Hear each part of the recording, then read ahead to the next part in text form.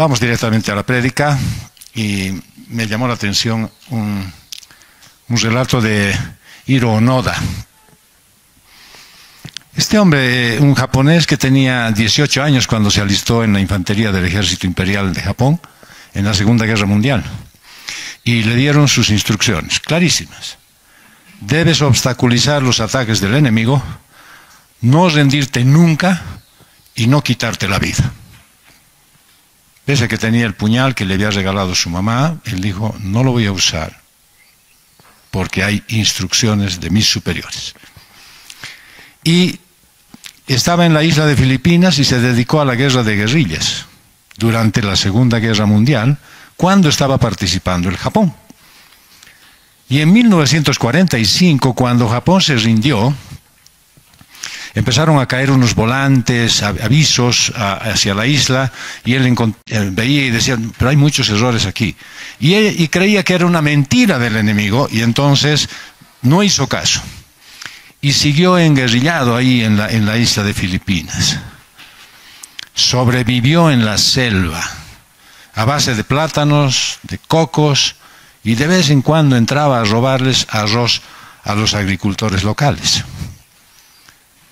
Cuando Onoda regresó a Japón en 1974, a la edad de 52 años,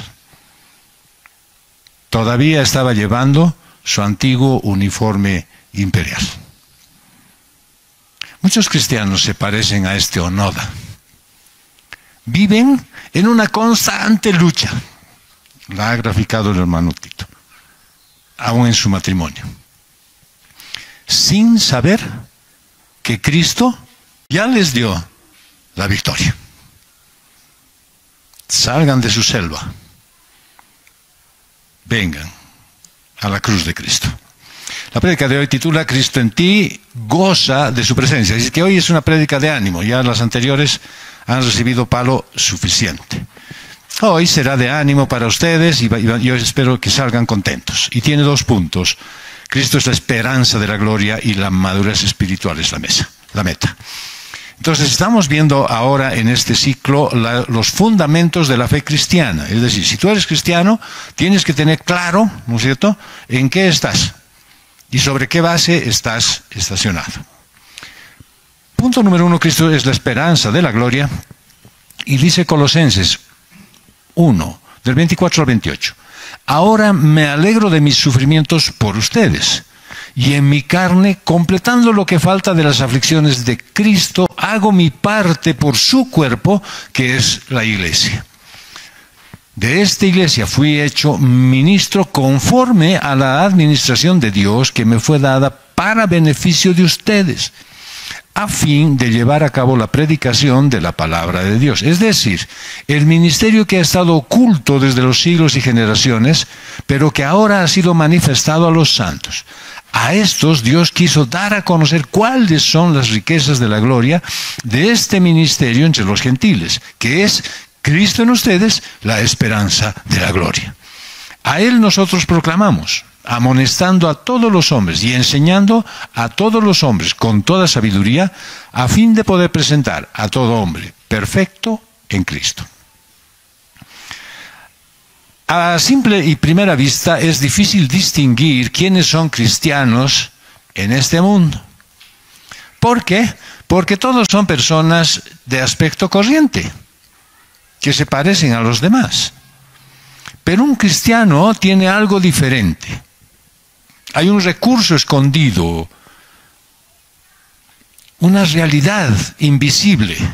Es algo que el mundo no puede ver, algo que se puede demostrar porque es muy evidente. Cristo en ustedes, la esperanza de la gloria. Y no se refiere a Cristo esperando manifestarse en alguna oportunidad remota. Se refiere a una dimensión que no está situada lejos, sino está dentro de tu corazón. Es una presencia invisible en ti. Es la gloria de la vida cristiana, el secreto de su poder y gozo, grandeza que viene de Él. Y cuando lo descubres, entonces vives en una bendición constante. todo cristiano debería evaluar su vida y decir, ¿en qué estoy viviendo? ¿Se acuerdan la prédica anterior? Maldito el hombre que confía en el hombre, estoy viviendo en una maldición constante porque sigo confiando en mí, sigo confiando en los demás. O vivo en una bendición constante porque confío en el Señor. Cuando tú crees en eso, eso es lo que pone una sonrisa en el semblante del cristiano. Y no es que no tiene dificultades, tal vez tiene muchos más problemas, pero hay algo diferente en él. El apóstol Pablo decía en Filipenses, la carta a los Filipenses, capítulo 2, versos 17 al 18, pero aunque yo sea derramado como libación sobre el sacrificio y servicio de su fe, me regocijo y comparto mi gozo con todos ustedes. Y también ustedes, les ruego, regocíjense de la misma manera y compartan su gozo conmigo. Esto te hace pensar con una cariñosa gratitud en lo que el Señor Jesús ha hecho por ti y en lo que es ahora para ti. Yo no sé qué circunstancias pueden haber acontecido hasta ayer en tu vida. Y todo aquello de repente no ha sido una taza de leche, no ha sido una primavera constante. Y probablemente has tenido que pasar por dificultades de salud, económicas, de cualquier índole, familiares. El tema está en que es necesario entender que hasta este momento el Señor te ha sostenido y puedes regocijarte de eso. Y decir, pero he tenido una enfermedad prolongada. ¿Cómo podrías regocijarme de eso? Que el Señor estuvo contigo durante ese proceso y te hizo pasar ese tiempo para que tú estés en este día con disposición de darle gracias a Dios. No, esto no es algo que te distrae todo el día y tu mente está solo pensando en eso, digamos, al extremo de que vas a descuidar tus quehaceres, tu familia o tu hogar. O sea, no, más bien le añade perfección a tus pensamientos, a tus preocupaciones en cuanto a las cosas que a ti te importan. Cuando tu mente está ocupada con tu familia, tus problemas, tu trabajo, lo que sea, Él añade la perfección que requieres tú para poder pensar en algo que llene tu mente. Y en este sentido, Pablo les dice, lo que falta de las aflicciones de Cristo, y esas son las pruebas y tribulaciones que aún todavía no has sufrido. Entonces dirán, ay, pero ya pues, o sea, tantas cosas he tenido, y digamos que bien, el Señor me ha sostenido hasta ahora, que me falta más todavía. Pues esa es la buena noticia, sí, te falta todavía sufrimientos, claro, pero la ventaja es que Él, y tú ya lo sabes, está contigo, y siempre estará contigo. Cristo sufrió y murió en la cruz para librarte del pecado, para que no seas esclavo de Él. Pero todavía a ti te falta un poco enfrentar algunas pruebas y algunos sufrimientos más. En la segunda carta que le envió a Timoteo, en el capítulo 2, versos 9 al 10, dice, por el cual sufro penalidades hasta el encarcelamiento como si fuera yo un malhechor. Pero la palabra de Dios no está presa.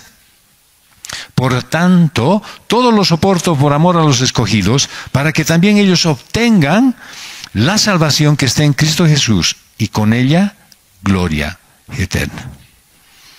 Pablo no le está diciendo que no hay sufrimientos.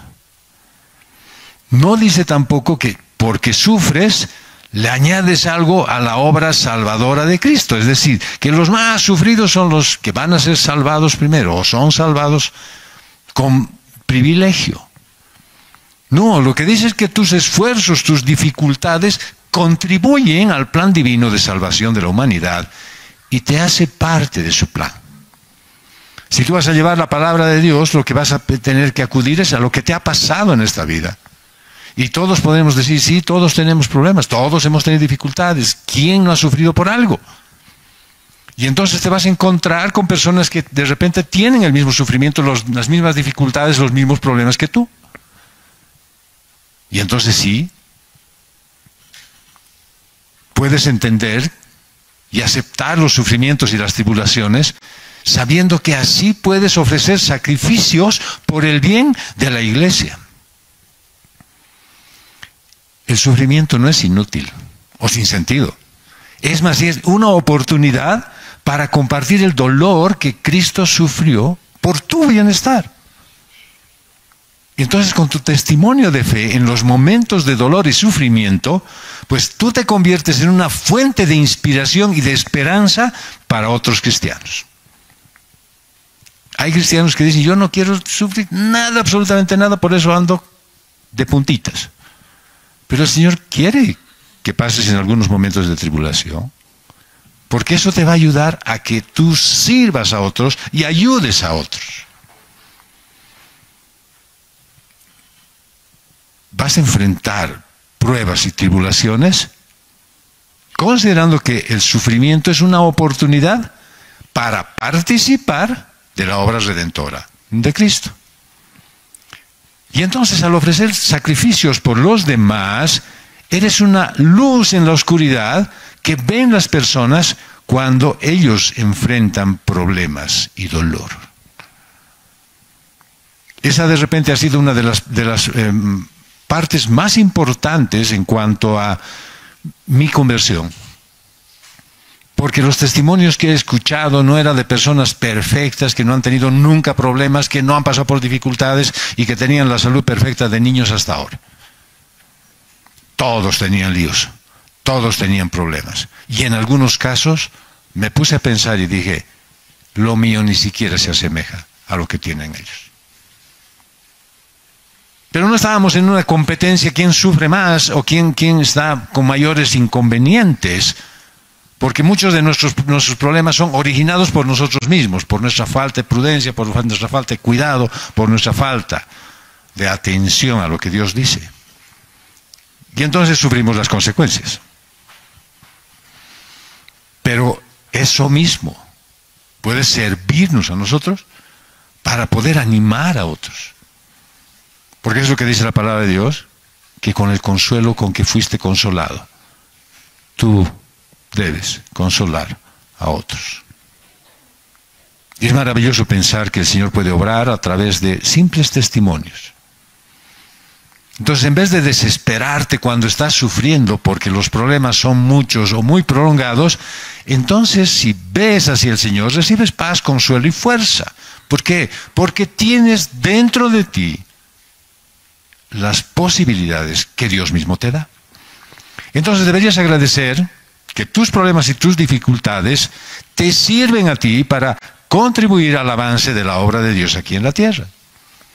Porque de otra manera, tal vez no podrías empatizar con quienes tienen problemas, con quienes no entienden el Evangelio, con aquellos que te dicen, mira, ¿sabes qué? Por poner el ejemplo, mi matrimonio está yendo mal. Y tú dirías, bueno, el mío también iba mal.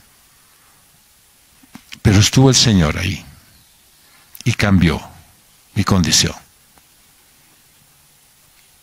Aunque el sufrimiento es difícil de soportar, es necesario en tu camino hacia la vida eterna en el reino de Dios. Entonces, cuando la vida se pone difícil y los sufrimientos parece que nunca van a terminar, pues es fácil perder la perspectiva. Pero si piensas que esa situación puede ser parte de un propósito mayor, tiene sentido que haya renovación en tu mente. Mira lo que escribió el salmista en el Salmo 16, 9 al 11. Por tanto mi corazón se alegra y mi alma se regocija. También mi carne morará segura, porque tú no abandonarás mi alma en el Seol, ni permitirás que tu santo sufra corrupción. Me darás a conocer la senda de la vida. En tu presencia hay plenitud de gozo. En tu diestra hay deleites para siempre. Pues eso es lo que tú podrías esperar. Y como Pablo, pues puedes valorar las pruebas, sabiendo incluso que en el dolor contribuyes a algo más grande que tú mismo. En estos momentos puedes estar experimentando ya la conexión con el dolor de Cristo y tener la esperanza que trae. Así que la próxima vez que te sientas abrumado, recuerda, tu sufrimiento tiene significado y puede ser una luz para otros. Ese es el plan de Dios, que se ha mantenido oculto durante siglos, pero ahora se ha revelado en la persona de Jesucristo.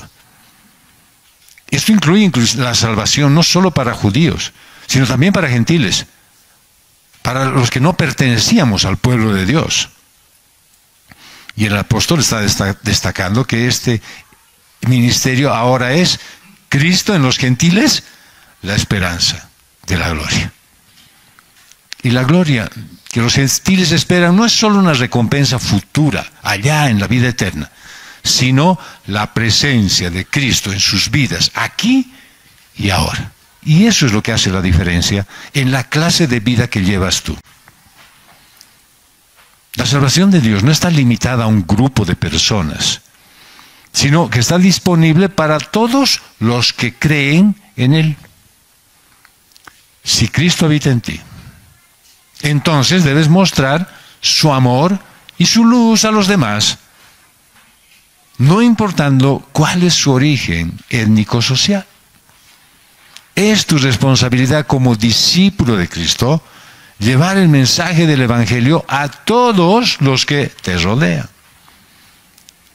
Entonces, que este entendimiento te inspire a vivir con un corazón lleno de compasión y a querer abrazar a todos con amor. Pablo les hacía una exhortación a los colosenses en el capítulo 3, versos 2 y 3, y les decía: pongan la mira en las cosas de arriba, no en las de la tierra. Cuando tú te enfocas en las cosas de esta vida, de esta tierra, lo primero que encuentras son dificultades de lograr las cosas como tú quisieras. Porque hay personas que están haciendo exactamente lo opuesto para que no te salga bien. Pero si tu mirada deja de estar en este horizonte que es corto, limitado, falible, entonces puedes tú encontrar que tu mirada se va a dirigir a las cosas de arriba. Y eso no significa simplemente decir, bueno, me voy a imaginar cómo será el cielo, me voy a imaginar cómo será la nueva tierra que va a ser el Señor. No, te tienes que poner a enfocar en lo que Dios está haciendo en ti. Porque dejas de ver las cosas de esta tierra como importantes, como únicas, y puedes disfrutar de una diferente condición de vida. Cristo es parte de tu realidad. Cristo está presente en tus actividades y te da valor. Así que recuérdate a ti mismo que en cualquier cosa en que estés envuelto, en cualquier cosa, el Señor está contigo. El apóstol Juan les escribió en su Evangelio, en el capítulo 14, verso 20. En ese día, decía el Señor Jesús, conocerán que yo estoy en mi Padre, y ustedes en mí, y yo en ustedes. Si se dan cuenta, cuando Él partió desde esta tierra, dejó su espíritu para que precisamente tú puedas tener esta experiencia que Él estaba dando en ese tiempo futuro. En ese día conocerán que yo estoy en ustedes. Si esto no te conmueve, la verdad es que no sé qué te puede conmover. Si te conmovería decir, es que yo quisiera sacarme la lotería también, quiere decir que verdaderamente no has entendido lo que es Cristo en ti, la esperanza de gloria. Si crees que tienes que agregarle, sí, pero tener una casita sería bueno, y mejor si es con auto, entonces quiere decir que para ti Cristo no tiene el sentido que Él mismo dijo cuando estaba preparando su partida. Debes ponerte a pensar que su sabiduría, su poder, su conocimiento están disponibles para ti todo el tiempo. No se trata de solamente las cosas que tú prefieres, las cosas en las que te tienes que entretener, sino que si tú pones la mira en las cosas de arriba, entonces Pablo te dice que todo está involucrado para ti en relación a Dios y todo su poder. Ese es el secreto que dice descubierto de cómo vivir con gozo. Probablemente hay muchos matrimonios, ciertamente, que están sufriendo el hecho de no poderse entender. Y como propuso el hermano Tito, o sea, que no se hablen es una buena medida, pero no es justo la adecuada. Están sobreviviendo a su matrimonio. Si ambos, que son uno, entendieran que Cristo en ellos es la esperanza de gloria, podrían dejar de vivir en la forma en la que lo están haciendo. Puedes empezar a vivir con gozo desde el momento en que esto aplicas a tu vida, a tu actividad diaria, y tus pensamientos estarán sujetos a Cristo. Y entonces no habrá nada que te pueda hacer asustar. Para el almuerzo de hoy, cuando hablamos con los ancianos, dijimos, es fin de mes, es un momento de repente complicado, hace frío, mi zapatito me aprieta. Siempre hay un pretexto, ¿no? Y ¿cuántos crees que vengan? Me dice, yo le digo, yo estaría contento con 20. Y me dice, bueno, esperemos que sean 20. Pues cuando hicimos el recuento y cerramos un día, aunque después de ese día hubo perdonazo para algunos que quisieron agregarse,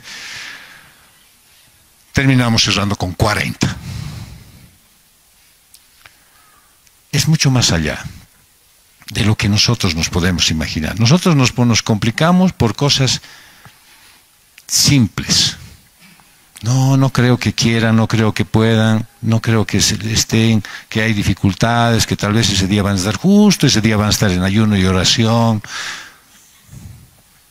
Y sin embargo, el Señor me dice, haz. Y me vino una expresión, porque ustedes saben, nosotros acá por la forma en la que estamos, digamos, manejando la administración de la iglesia, pues tenemos diáconos y diaconisas que son las encargados y encargadas de hacer las cosas. Pero sin lugar a dudas que vino una idea a mi mente y me dice, son ovejas y necesitan que les guíe el pastor. Entonces me tienen aquí a mí organizando el almuerzo de hoy. Si hoy algo sale mal, ya se ven a quién apedrear. Y si algo sale bien, pues dale gracias a Dios que disfrutaste de eso. ¿Sí? Y así será. El pastor estará guiando a las ovejas. Porque hay ovejas que van y se tiran contra otras. Eso es lo que dice la palabra de Dios. Y se golpean y se dan con todo, porque son ovejas, pues. Necesitan un pastor. Yo también soy medio oveja. Por eso necesito pastor. Y permito que me guíen también a mí. Así que, por lo tanto, sintámonos felices de ver que Dios obra en todas las cosas. En la organización de un almuerzo en la iglesia también está Dios desde el inicio. Desde el inicio. Así que disfrútenlo, disfrutémoslo. Porque uno hace mal cuando se separa del Señor. Debes saber que le perteneces. que esa vida vieja autogobernada sin Dios ya se acabó si es que eres cristiano. Pablo dice que uno de estos días la cortina se va a alzar. Eso lo dice en Romanos 8. Y el universo entero ahorita está como de puntas mirando. Está estirando el cuello hacia adelante, pero esperando qué va a pasar con los hijos de Dios. Y Pablo lo dice en la carta a los Romanos, en el capítulo 8, versos 18 al 19. Pues considero que los sufrimientos de este tiempo presente no son dignos de ser comparados con la gloria que nos ha de ser revelada. Porque el anhelo profundo de la creación es aguardar ansiosamente la revelación de los hijos de Dios. Ellos, aunque no lo quieran creer, la gente que no conoce a Dios está mirando qué va a hacer Dios.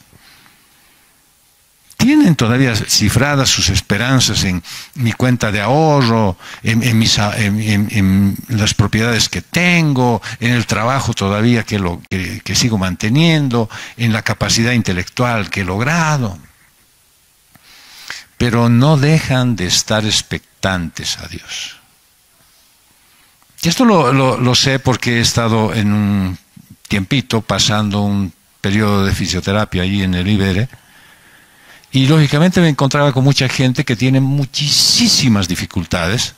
Lo mío prácticamente no es nada al lado de ellos.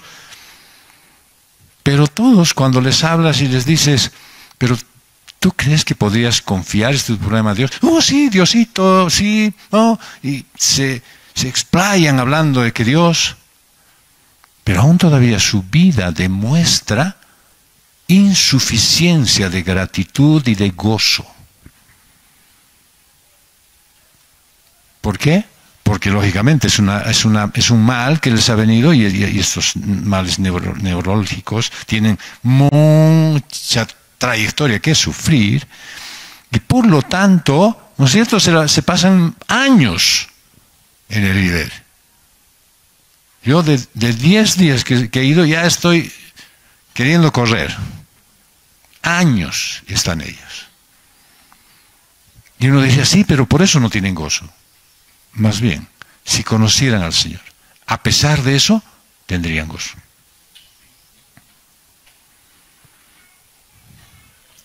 Tal vez tú ves la oscuridad y la desesperación, pruebas, dolor, pero Dios en realidad está viendo como un objetivo que se está desarrollando. Y entonces la pregunta es, ¿cómo vivir en esa condición? Y Pablo te contesta, porque la Biblia se interpreta a sí misma. Y dice en la carta a los Efesios, capítulo 5, versos 18, no se embriaguen con vino, es decir, no se entretengan en cosas superfluas, en lo cual hay disolución, en lo cual no hay firmeza. Y entonces, ¿qué vamos a hacer? Le preguntarían y dice, sean llenos del Espíritu. Y ser lleno del Espíritu es suplir una deficiencia, llenarla de calidad. Influenciar totalmente o poseer totalmente. Eso es estar lleno del Espíritu. Es decir, depender absolutamente del Espíritu Santo. Y entonces el mandato, ¿qué nos indica? Que sigas siendo lleno. Pero no eres tú quien llena, sino es algo que tú recibes. Eres lleno del Espíritu. El mandato para ti es permanecer totalmente controlado por el poder de Dios, el Espíritu Santo. Así es que si hoy estás pasando por una dificultad evidente y todavía no encuentras el sentido, pues tienes que buscar la llenura del Espíritu Santo en ti de tal manera que este tiempo que aún se pueda prolongar un poco más, pues lo puedas pasar con beneficio para quienes mañana recibirán el mensaje tuyo. Y Pablo sigue dando algunos aportes en la carta a los Efesios, en el capítulo 4, verso 30, dice, y no entristezcan al Espíritu Santo de Dios, por el cual fueron sellados para el día de la redención. Esa palabra entristecer se refiere al tipo de dolor que alguien siente cuando pierde a un ser querido. Ahí es que no solamente cuando tú haces algo que sabes tú ha hecho entristecer al Espíritu Santo, no solamente le estás causando un ay, ay, au, ay, eso me dolió. Es como si tú, que eres alguien amado para Él, hubieses pasado a la muerte. Es como si hubieses tú, para que puedas valorar lo que Él siente, como cuando tú pierdes un ser querido. Yo he visto mucha gente, y nos ha pasado dentro de la casa también, el sufrimiento que tienen cuando una mascota muere. Sufren sin consuelo. Eso ni se compara con el dolor que le causas al Espíritu Santo cada vez que le desobedeces. Cada vez que buscas la manera de hacerlo entristecer. ¿Y cuándo reacciona el Espíritu Santo así? Cuando tú vives en la carnalidad, cuando prefieres hacer las cosas de este mundo. Por eso te ordena que dejes de hacer eso malo que estás haciendo, y tú lo sabes. Deja de entristecer al Espíritu Santo. Y el contexto, si ustedes echan una mirada al capítulo 4, dice que entristecer al Espíritu tiene que ver necesariamente con el pecado. Les mandó una carta también a los tesalonicenses en el capítulo 1, verso 5 al 10 y verso 19. No apaguen el Espíritu. Y apagar significa extinguir, es decir, como lo que se hace con el fuego. No extingas el fuego de Dios, el Espíritu Santo. Y parece ser que algunos en la iglesia de Tesalónica pues tenían el hábito de entristecer al Espíritu. ¿Qué era eso? Tener un comportamiento alejado de lo que Dios quiere para ti. No es algo que Dios demanda de ti. Él no te pide que hagas cosas buenas, porque no puedes. Yo tampoco. Pero el Espíritu de Dios viviendo en ti te permite hacer cosas buenas y te dice, hazlas. Y vos teniendo la posibilidad de hacer las cosas buenas, decides voluntariamente hacer lo malo. Y entonces entristeces al Espíritu Santo, lo apagas. Y ese apagar tiene que ver con la indiferencia a la palabra de Dios. Por lo tanto, entonces no debes descuidar tu dedicación a las Escrituras, estar averiguando siempre qué dice. Porque solo la palabra de Dios puede mantener la fuerza de la plenitud del Espíritu Santo. Les dijo a los Gálatas en su carta en el capítulo 5, verso 16. Digo pues, anden en el Espíritu y no cumplirán el deseo de la carne. Bien, a todo aquel que dice, pucha, no puedo dejar de pecar porque me hacen renegar, me tientan los demás, siempre algo sucede en el entorno que me hace pasar de bien a mal. Pablo te dice, anda en el Espíritu. Es una decisión personal. Es llegar a tener una vida de manera diferente. Ese andar en el Espíritu es depender cada día del poder del Espíritu Santo. O sea, no es tan difícil si tú te pones a pensar, ¿a quién debería obedecer? Y claro, tú dices, a mi carne. ¿Por qué? Digamos, por ejemplo, piensas y dices, ¿no van a suspender por si acaso los cultos de las últimas 2 semanas de diciembre? No, no tendríamos por qué suspender, digamos, las 2 semanas últimas de diciembre los cultos. Ay, no, es que yo voy a viajar. Ah, ¿y? Tú deberías viajar e ir a una iglesia. Tú deberías ir a un lugar donde puedas congregarte. Y si no hay, y fuiste justo al Salar de Uyuni, entonces tendrías un tiempo de dedicación a Él durante todo el viaje. Porque eso es depender cada día del poder de Dios a través de su Espíritu Santo. Es no hacer nada sin su guía y su dirección. Es escuchar todo el tiempo sus instrucciones. Y agradecer, porque Él no se olvida de ti. Cuando entristeces al Espíritu Santo, cuando apagas su poder en tu vida, dejas de estar lleno. Entonces estás sin comunión con Él. Si se dan cuenta, y tenemos un ejemplo pero muy real en este tiempo, la gente hacía fila por comprar gasolina días. Para comprar diésel, semanas están los camioneros parados. Y cuando llegan al surtidor, ¿qué dicen? Ponme un litrito nomás. Tanque lleno. Bien. Y esa es la manera en que van a caminar.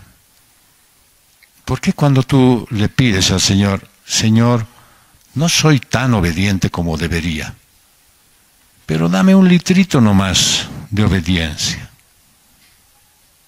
Full, llena mi vida con tu Santo Espíritu hoy.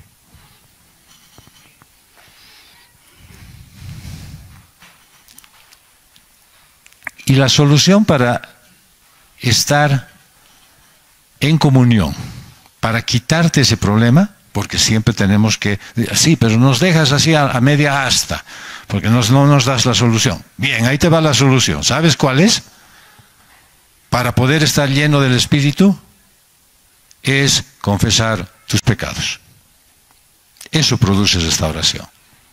Primera de Juan 1:9 dice, si confesamos nuestros pecados, Él es fiel y justo para perdonarnos los pecados y para limpiarnos de toda maldad.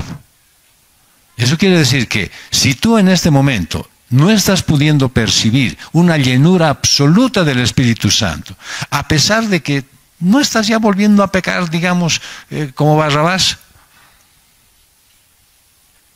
el problema es que no has confesado pecados que tienes guardados, a los cuales ya le has tomado cariño, a los cuales los guardas como si fueran un tesoro, y los que no quieres que se sepan.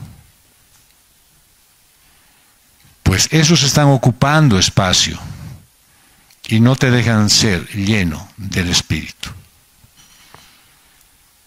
Cuando vives en comunión, lleno del Espíritu Santo, obediente a la palabra de Dios, entonces puedes escuchar el mensaje de Primera de Juan 2:3. Y en esto sabemos que lo hemos llegado a conocer si guardamos sus mandamientos.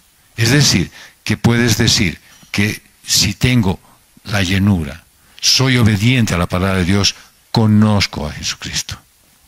Y entonces cuando conoces a Jesucristo, es decir, cuando verdaderamente le obedeces en todo, tu naturaleza pecadora muere. Ya sé que por tu lado, como eres tan buena gente, ¿no es cierto?, en cuanto tu naturaleza pecadora muere, tú corres inmediatamente a darle respiración artificial. Y le clavas sueros y le pones enemas y todo lo necesario para que reviva. Porque no puedes vivir con tu naturaleza sin tu naturaleza pecaminosa.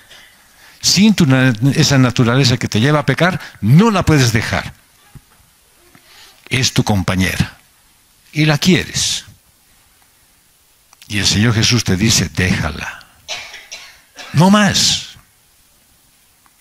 Entonces no entristezcas, no apagues, y más bien anda en el Espíritu. Esas son decisiones personales tuyas.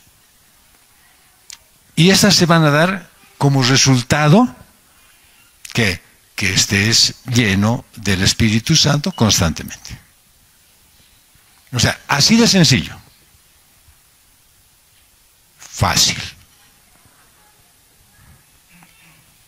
pero tienes que decidirlo personalmente.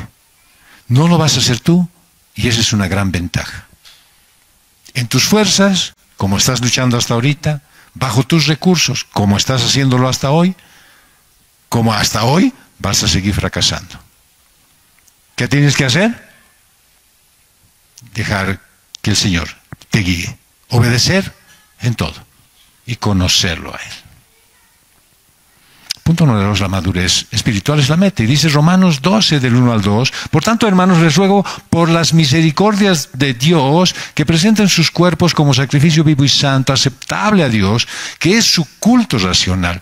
Y no se adapten a este mundo, sino transfórmense mediante la renovación de su mente para que verifiquen cuál es la voluntad de Dios, lo que es bueno, aceptable y perfecto. La madurez espiritual es el punto en el cual empiezas a vivir una vida cristiana que complace al Padre. Entre tanto, tú no tengas madurez espiritual, siempre tendrás cosas que apagarán el espíritu, le causarán un dolor inmisericordia y no tendrás nunca la llenura del Espíritu Santo. Cuando llegas a la madurez, pues puedes mantener la plenitud del Espíritu todo el tiempo y por lo tanto tu vida cambia. Cuando esto pasa, entonces ya estás listo para usar todos los recursos que Dios pone a tu disposición. Porque cuando lo haces sin haber conocido de verdad al Señor y recibes una bendición, lo primero que vas a hacer es no agradecer, no reconocer que viene de su lado y finalmente hacer que eso se convierta en una maldición para tu vida. Si estás pidiendo un trabajo y el hermano Tito les lanzó la invitación y algunos sí se van a casar, dice, y que lo hagan este año, no digo que lo hagan este año, pero ya no hay tiempo, pero dice, si se van, prepárense. Bien, eso es. El Señor te hizo conocer una persona, te presentó a alguien que podría ser tu esposo, tu esposa para el futuro. ¿Qué vas a hacer? ¿Se van a conocer como en el mundo? ¿Van a vivir su circunstancia como dándole la gloria al diablo? ¿O de verdad quisieran que ya que han encontrado a la persona, al parecer la persona adecuada, quisieran más bien honrar con esa relación al Señor? No va a bastar con la consejería prematrimonial que puedan recibir, no va a bastar. Si realmente no viven en la llenura del Espíritu Santo, maduros en la fe, pues siempre van a aparecer los problemas que en el noviazgo los van ocultando. Como un volcán, van a explotar el momento de la primera discusión. Cuando llegas a la madurez, pues reconoces lo tremendas que son las responsabilidades y las oportunidades que Dios te ha dado. Y entonces la pregunta es, ¿seré fiel en usar todo lo que Dios ha provisto para cumplir las tareas que me ha encomendado? Bueno, si tú contestas que sí, vas a empezar a ver que se trata de ser realmente ese sacrificio vivo, santo y agradable a Dios. Y entonces explicamos esto. Con la frase que arranca este pasaje, por lo tanto, dice, o por tanto, Pablo reúne todo lo que ha enseñado hasta ahora en esta carta a los romanos y lo lleva a una aplicación práctica. Él quiere que pongas en práctica la teología. En alguna etapa la teología tiene que estar relacionada con tu vida. Y dice, tomando en cuenta que la misericordia, las misericordias de Dios, o sea, es la compasión que brota ante la necesidad de alguien y que requiere provisión para suplirla. Es decir, tú te presentas con tus dificultades y tus problemas, pero delante del Señor. Y Él, que tiene misericordia, va a tratar contigo. Reconoce tu necesidad y te va a dar recursos, provisiones y riqueza de su gracia. El tema es que quieras verdaderamente depender de Él. Y no vas a poder depender de Él si en tu casa sigues haciendo todas las cosas que haces en la oficina y te vas a tu casa y sigues haciendo las cosas de tu oficina. Es decir, pensar en las cosas de este mundo, pensar en las preocupaciones que traen las noticias, pensar en el futuro que es incierto. Si tú sabes y conoces que te presentas delante del Señor y Él tiene misericordia de ti, pues vas a ser provisto para salir de cualquier circunstancia. Y cuando Pablo dice presenten, eso significa como estar de pie o colocar. Es decir, dejar algo a disposición de otro. O sea, no solamente es presentarse presente, no, estoy aquí dependiendo de ti. ¿Qué vas a presentar? Voy a presentar mi hogar, mi familia, mi trabajo, mi salud. ¿Y qué vas a hacer con eso? Lo voy a dejar en manos de Dios.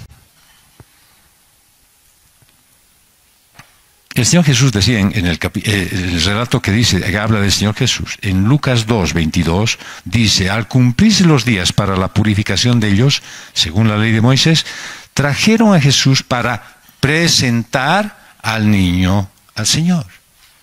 ¿Se dan cuenta? ¿Qué hicieron José y María? Dejaron a Jesús en manos ¿de quién?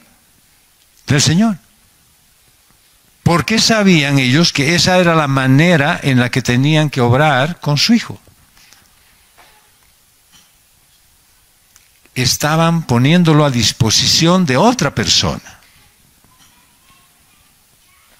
Y entonces el apóstol Pablo nos recuerda a través de la carta a los Romanos, en el capítulo 6, el verso 13, no presenten los miembros de su cuerpo al pecado como instrumentos de iniquidad, sino, entonces, esto es lo que hay que hacer, preséntense, es decir, entréguense, dependan de, no miren otra alternativa, preséntense ustedes mismos a Dios como vivos de entre los muertos y sus miembros a Dios como instrumentos de justicia. Así es que todo lo que a ti te complementa, lo que tú eres, en lo que participas, todo lo dejas en las manos de Dios.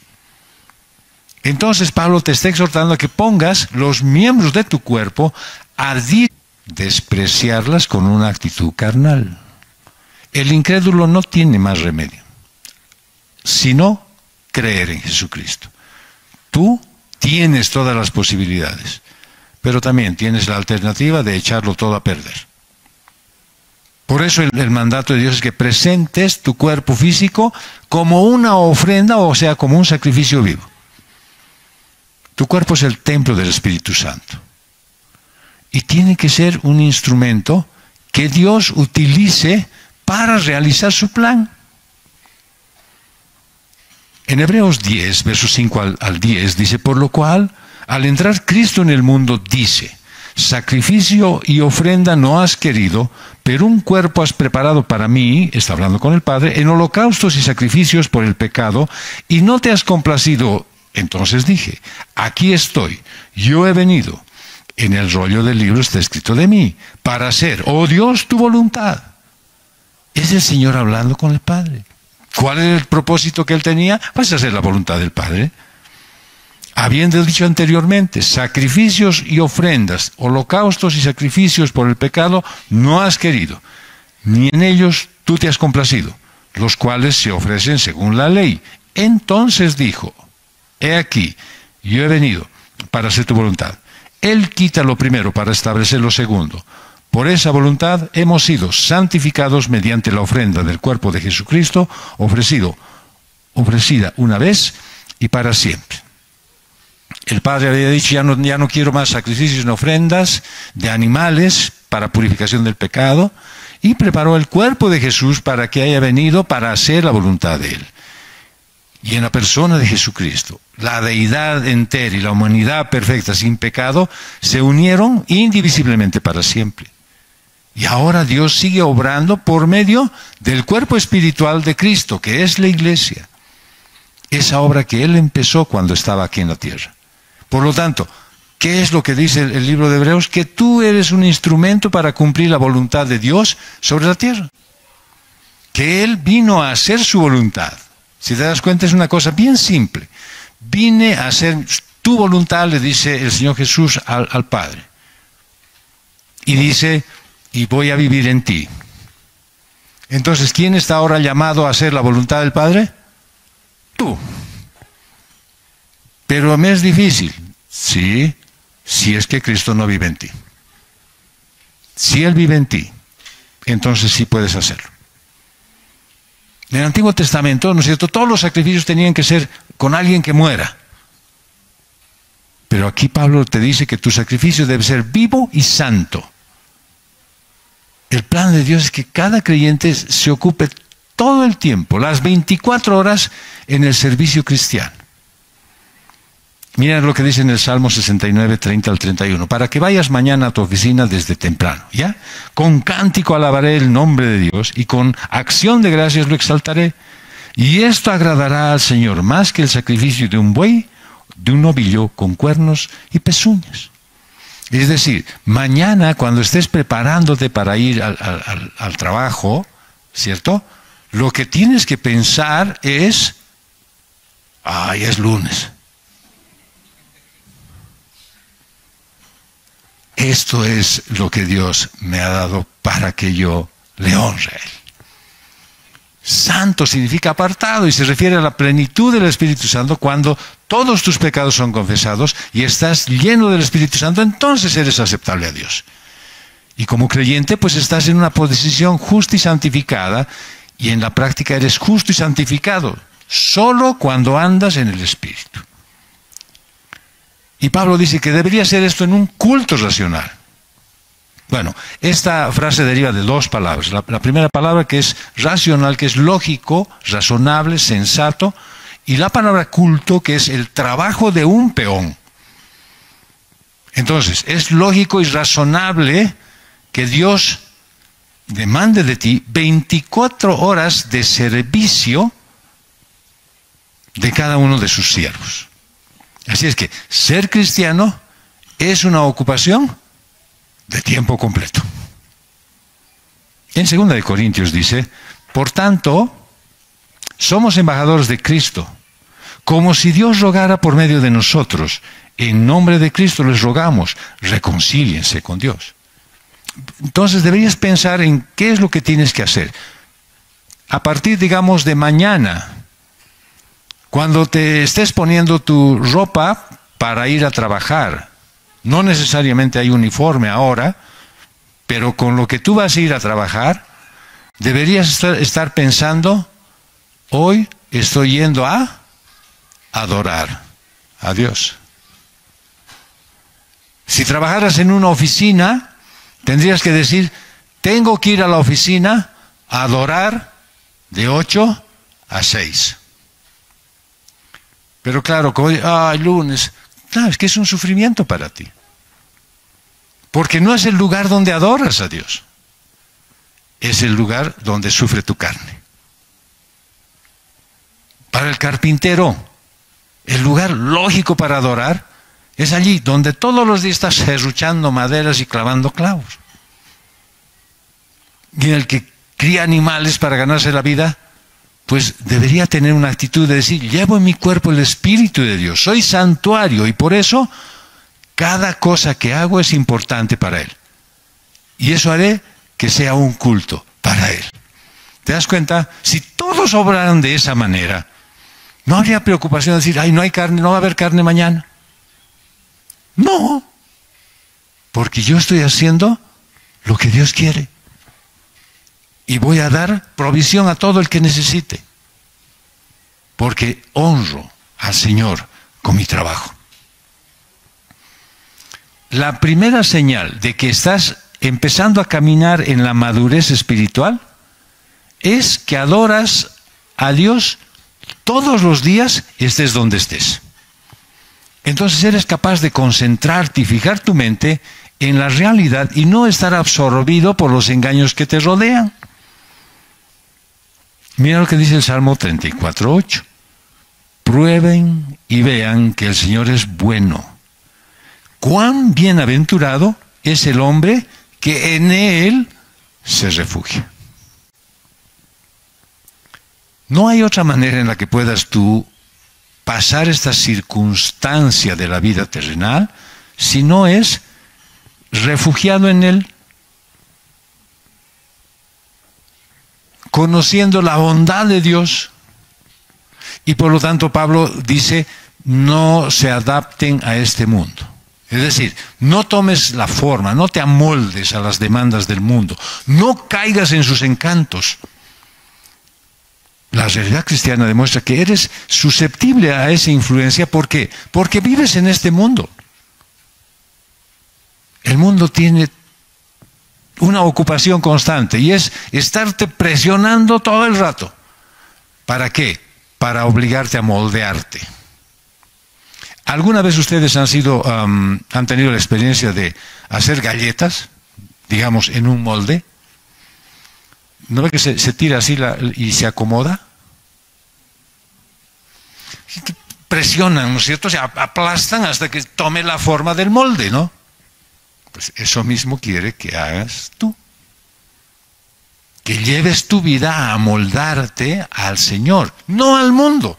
El mundo te está apretando y te está presionando para que te amoldes al mundo. El problema de amoldarte al mundo es que al final terminas conformándote con esa miseria. Así es que no te dejes amoldar por las tendencias de la sociedad.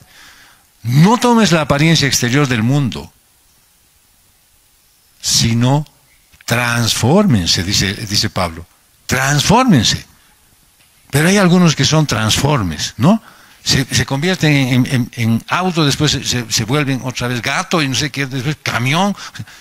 Nunca son cristianos.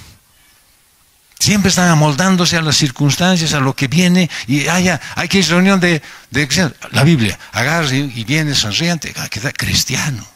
Sale, insulta a la gente porque estoy ya en la calle, estoy en el mundo. Y cuando llega a su casa, patea al perro, ya pues, no hay nada de comer ahí en la iglesia, no dan nada. Pero pensé que te habías ido a alimentar espiritualmente. Ah, sí. Pero bueno, pero quiero comer. ¿Saben? Nosotros dejamos que el mundo nos amolde.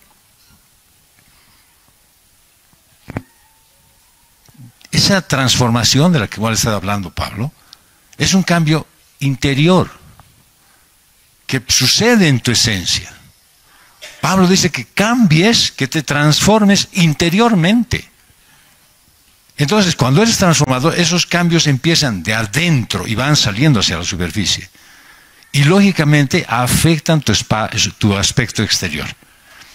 Aunque ustedes no crean, pero yo cuando los veo llegar, ya les veo si están o no están en buena condición.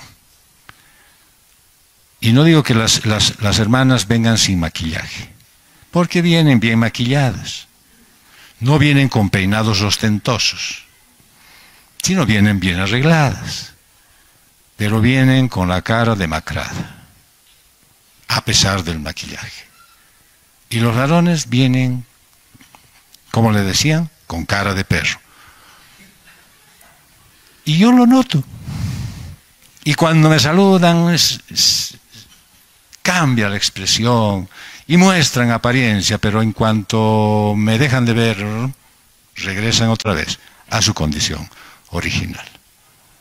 Y eso el Señor me ha dado a mí como un don para cuidar la iglesia. Por lo tanto, cuando la transformación no viene de adentro para afuera, viene de afuera para adentro, siempre será apariencia. Siempre será maquillaje. Y ahí viene un inconformismo espiritual, ¿no es cierto? Tiene que haber un inconformismo en que el mundo no me va a vencer. Es un ir contra la corriente, permanecer firme, basado en el entendimiento y el conocimiento de la palabra de Dios. Y eso es exactamente lo que quiere decir Pablo cuando escribe en Filipenses 2:12, ocúpense de su salvación. Ocúpense de su salvación no significa cuiden, cuidado, se vaya a perder. No, edifícate, madura, crece, conoce más, vive mejor, agradece todo el tiempo. Por eso hay la iglesia, porque es aquí donde se manifiesta el Señor Jesucristo, en la iglesia. El principio es este: todo en este mundo obra de afuera hacia adentro y trata de cambiar al hombre exterior haciendo que el hombre interior no aparezca. Y todos más bien deberíamos obrar de diferente manera. Cambiar de adentro hacia afuera para que al final el hombre exterior hable y actúe de la manera que Dios quiere. El mundo quiere que tú obres y actúes de una manera aceptable. Pero el plan de Dios es otro. Él obra de adentro hacia afuera. Yo recuerdo una explicación que me hizo mi suegro, que él era médico, y había una herida que alguien se hizo, y yo le dije, pero mire, ya está cicatrizada. Y él me dijo, en ese tiempo, entiéndase, y estamos hablando de, ya, hace mucho tiempo, cuando las películas eran en blanco y negro, cuando yo vivía, es que las operaciones todas eran con cuchillo, cortaban para sacarte lo que sea, te hacían un tajo de 30 centímetros o menos, pero siempre era grande, ¿ya? Y entonces andabas con tu gasa y bien forrado para que no se caiga. Y yo le decía, pero parece que, y era de una persona familiar, le dice, parece que ya ha cicatrizado. Me dice, ha cicatrizado de afuera, pero de adentro está abierto todavía. Por eso es que cuando nosotros, digamos, consideramos, si ojalá nunca te pase, pero si tienes una herida abierta y te han costurado, entonces miras y dices, ya ha cicatrizado. Y vas a hacer lo que quieres hacer. Levantas pesos, andas harto, juegas fútbol, lo que sea, y ¡pum!, se abre. ¿Pero por qué si había cicatrizado? Porque adentro está todavía abierto. Así es que eso mismo pasa en ti. Si solamente arreglas el maquillaje, lo de afuera, externamente, lo de adentro nunca va a estar transformado. Porque te va a parecer que es suficiente haber cambiado. Sí, ya no hablo no muchas malas palabras, ya no tomo como cosaco, pero ya, digamos, una vez en cuando. Y ya no hago, y sigues rememorando cosas que antes hacías con escándalo y ahora ya es más sereno, pero sigo haciendo. Entonces tu vida no ha sanado de adentro, sigue abierto, pero afuera ya ha cicatrizado. Aparentemente ya todos vemos que está cambiado. El cambio tiene que suceder en lo más recóndito de tu esencia, de tu espíritu y tu alma. Y luego eso va a transformar tu exterior. Miren el Salmo 119, verso 97, dice, cuánto amo tu ley.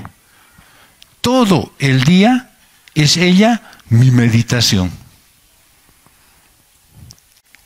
Todo el día estoy pensando en lo que ha dicho el pastor, en la enseñanza que he tenido el lunes, en mi devocional que he leído, en la lectura que tengo a diario. Todo el tiempo estoy en eso. Y entonces el crecimiento cristiano se ve en lo que haces. Eres transformado. ¿Cómo? Mediante la renovación de tu mente. Y esta renovación significa una mejora constante de la calidad de tu mente. Pero es por la repetición de la enseñanza de las Escrituras. En Isaías 28, verso 10 dice, ¿por qué?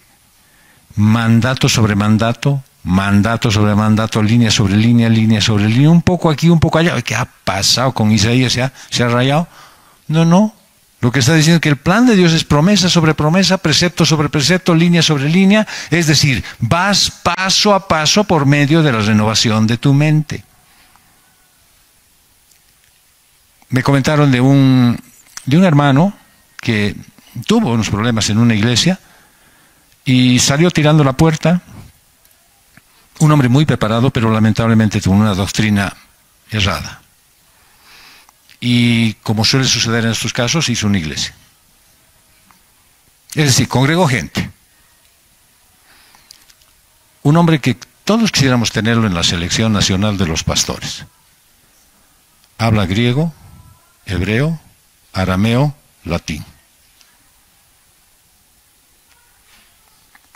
Pero no conoce al Señor. No ha sido renovada su mente. Tiene mucho conocimiento, pero no ha renovado su mente. Ha ido cumpliendo las etapas humanas para ver si con eso descubría la verdad. Y se olvidó que dice que el espíritu vivifica, pero la letra mata. Y entonces él anda con mucho conocimiento, pero no anda en el espíritu. El plan de Dios no es cambiar a la gente pidiendo que usen otra ropa o hablen de otra manera. Su plan es que la palabra sea enseñada para cambiar al hombre. Primero interior, después exteriormente. Y cuando alguien cambia su vida voluntariamente, como resultado de oír la palabra de Dios, pues tiene realmente un crecimiento verdadero. El plan de Dios empieza en la salvación. Al ser una nueva criatura regenerado por la unión con Jesucristo. Y lo dice Pablo en la segunda carta a los Corintios, capítulo 5, verso 17. De modo que, si alguno está en Cristo, nueva criatura es. Las cosas viejas pasaron, ahora han sido hechas nuevas. Así es que, por lo tanto, si esto, solo este pasaje, este versículo inclusive, no se cumple en tu vida, ojo con qué respuesta le vas a dar al pastor cuando te pregunte. ¿Has entendido el Evangelio? Ya les estoy dando la pregunta. Preparen su respuesta. Pero si vos analizas y dices, no pues, no soy nueva criatura. Mis cosas viejas siguen intactas. Y poco ha sido hecho nuevo. Probablemente no has conocido la gracia misericordiosa del Señor. Probablemente no has entendido el Evangelio. Cuando has entendido esto de verdad, entonces pasas a la renovación de tu entendimiento y el resultado está reflejado en Romanos 6:14. Porque el pecado no tendrá dominio sobre ustedes, pues no están bajo la ley, sino bajo la gracia. Entonces podrás decir, el pecado verdaderamente ya no me domina. Y esa es una realidad de vida. Pero si sigues andando en tus viejas cosas, si sigues andando con tu viejo pensamiento, con tus actitudes de la vida pasada, si sigues manteniendo la estructura de cuando eras inconversa, realmente sí necesitas oír el Evangelio. Si renuevas tus pensamientos por medio del estudio constante de la palabra de Dios, vas a tener una experiencia de novedad de vida, una clase diferente de vida. Y el propósito de este crecimiento, ¿qué dice que es? Verificar. Eso significa probar por medio de un examen. Y claro, ahí viene lo grave, ¿no es cierto? Tú dices, pero no, nada que ver. O sea, yo sí ya estoy viviendo una vida, digamos, casi madura. Me falta de 10, ya estoy en el 9. Bien, entonces el Señor dice que va a verificar. Y entonces sí te has metido en un serio problema. ¿Por qué? Porque ahora van a venir las pruebas, las tribulaciones, las presiones, las adversidades e inclusive también prosperidad a tu vida. Si no sales de ahí, algo no estuvo bien. Pero cuando pasas la prueba, entonces sí es como Pablo lo dice, presentas tu cuerpo como sacrificio vivo y conoces la voluntad de Dios que es aceptable y perfecta. Y perfecta es una palabra usada en la Biblia para denotar madurez. Significa estar completo, que no le falte nada.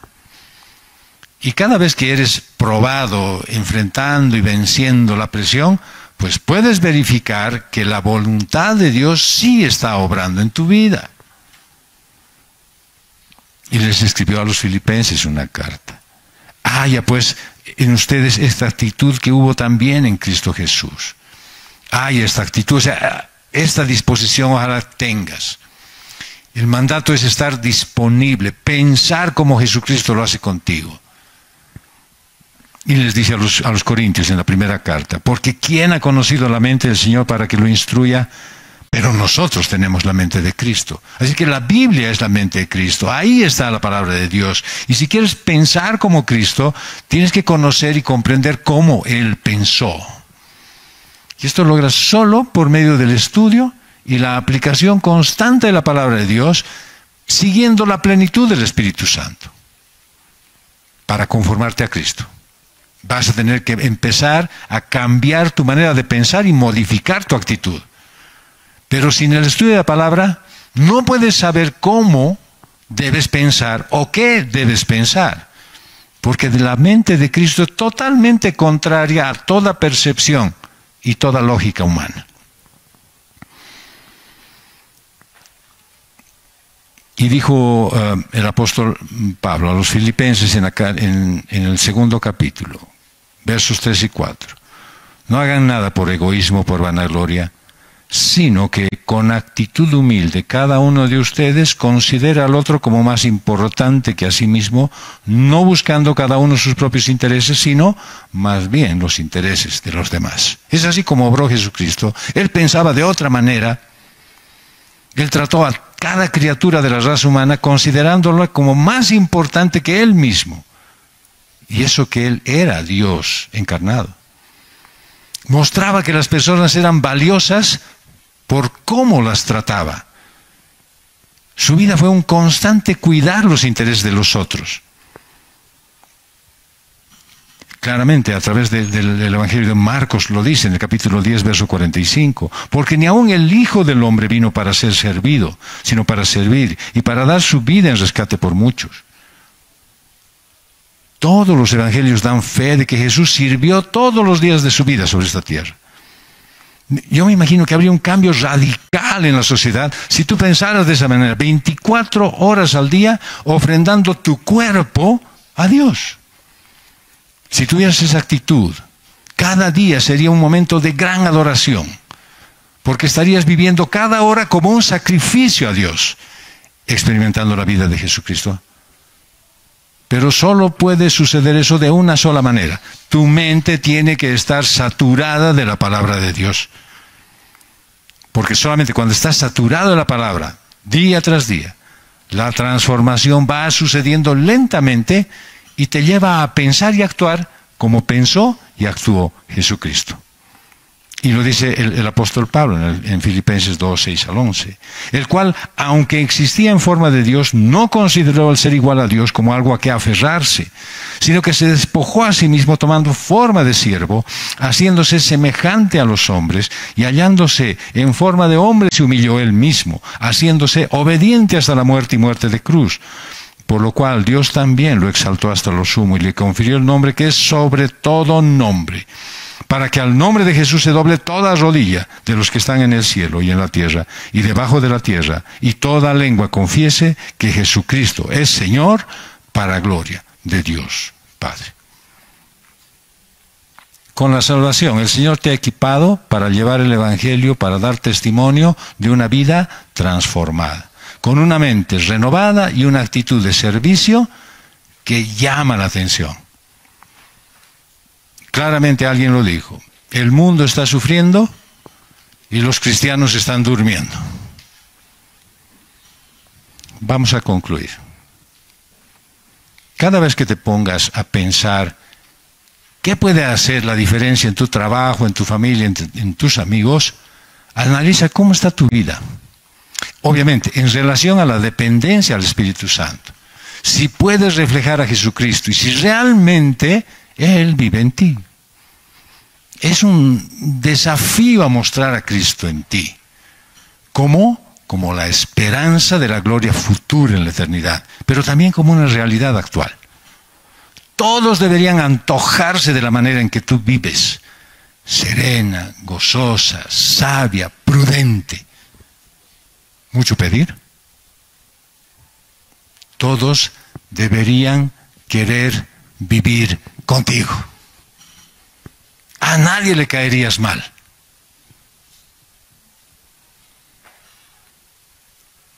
Y la forma en la que van a notar tu presencia es si cada día vas a tu trabajo como cuando vas a adorar a Dios todo el día. Como si tu vida fuera un sacrificio perfecto para presentarlo ante Dios y que le sea agradable cuando lo vea, como una ofrenda perfecta. Así es que si quieres dejar esta vida mediocre, con tantos problemas, líos y sobresaltos, ¿qué tienes que hacer? Entregar tus cargas a quien tiene cuidado de ti. Abraza la cruz de Jesús y deja que te transforme en un nuevo ser. ¿Pero para qué? Para que nunca más vuelvas atrás. Que Dios derrame su gracia y su misericordia sobre su iglesia y nos permita vivir de una manera diferente. Que Dios los bendiga.